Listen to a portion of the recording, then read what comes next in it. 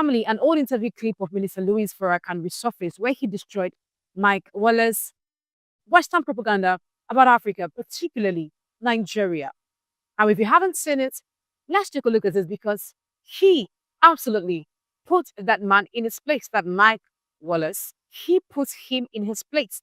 The West love to claim they are pure in all form, without dirt, without any shitty thing underneath. But I love the way Minister Louis Farrakhan puts him in his place. Let's watch the video.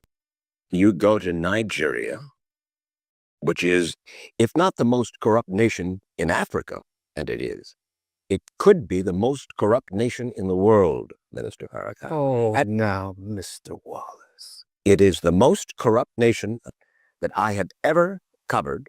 I've been there 25 years ago, and I've been there as recently as last year. Fine. So what? 35 years old. That's what that nation is. Now, here's America, 226 years old. You love democracy, but there in Africa, you're trying to force these people into a system of government that you just have accepted. 30 years ago, black folk got the right to vote. You're not in any moral position to tell anybody how corrupt they are. You should be quiet and let those of us who know our people go there and help them get out of that condition. But America should keep her mouth shut wherever there's a corrupt regime, as much hell as America has raised on the earth. No, I will not allow America or you, Mr. Wallace, to condemn them as the most corrupt nation on earth when you have spilled the blood of human beings. Has Nigeria dropped an atomic bomb and killed people in Hiroshima and Nagasaki? Have they killed off millions of Native Americans? How dare you put yourself in that position as a moral judge? I think you should keep quiet, because with that much blood on America's hands, you have no right to speak. Now, family, let's not go into deep history and all. But we know that all he said there is true. Till today, the West still claim purity. They think they are pure on all levels, on all grounds. And these African countries are stained with dirt, with corruption, with insecurity, terrorism, but they are holy. That's the thing. Don't touch them. Touch not my anointed. That is what they claim. Oh, family, we know it's not the case. And I love what he said. This country battling with corruption, you said, is it as old as America? But can you compare? Can you compare? If you want to keep the peace or remove the mole in your brother's eyes, please remove the mole in your own eyes. How dare he sit down and claim everything is all right with the US?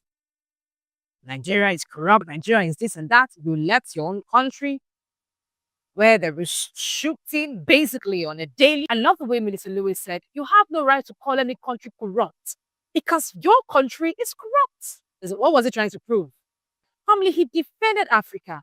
Africa's dignity, Africa's pride, Nigeria's dignity, Nigeria's pride. I will speak because I don't have that blood on my hand. Yes, there's corruption there. Yes, there's mismanagement of resources. Yes, there is abuse. There's abuse in every nation on earth, including this one. So let's not play holy to moralize on them. Let's help. I'm not moralizing. I'm asking a question, and I got an answer. Why would you put it as the most corrupt regime in the world? That doesn't make sense. Can you think of one more corrupt? Yeah, I'm living in one. I'm living in one. Yes. You've done a hell of a thing on this earth, so you should not be the one to talk. You should be quiet when it comes to moral condemnation.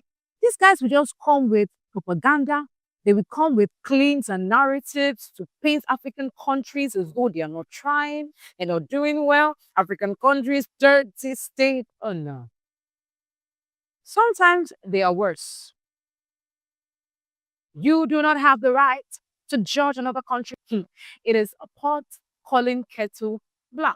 For years, they've talked about corruption, terrorism, security, this and that. Or who benefits from it? Who? Our oil, our resources, who?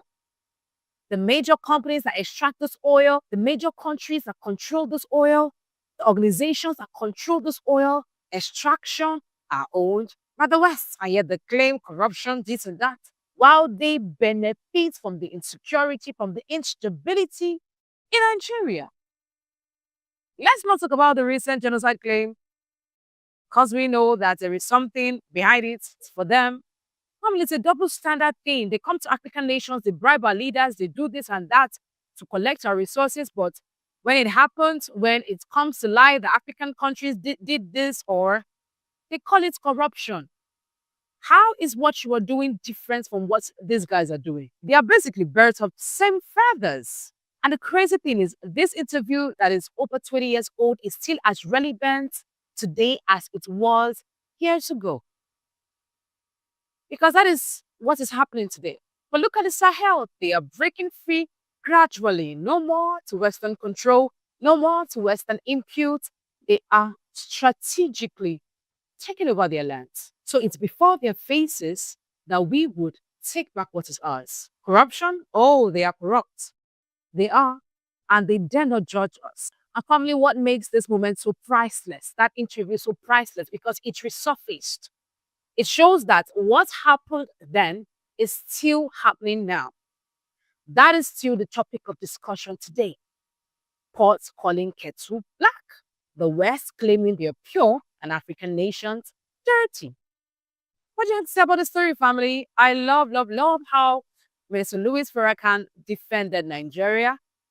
Not just because it's my country, but because how dare you, corrupt nation, claim purity over another nation that is obviously corrupt. Comment your thoughts, family. What do you think about this video? And do not forget to share, like, subscribe, and turn on your notification button. My name is Lynient Akotonou.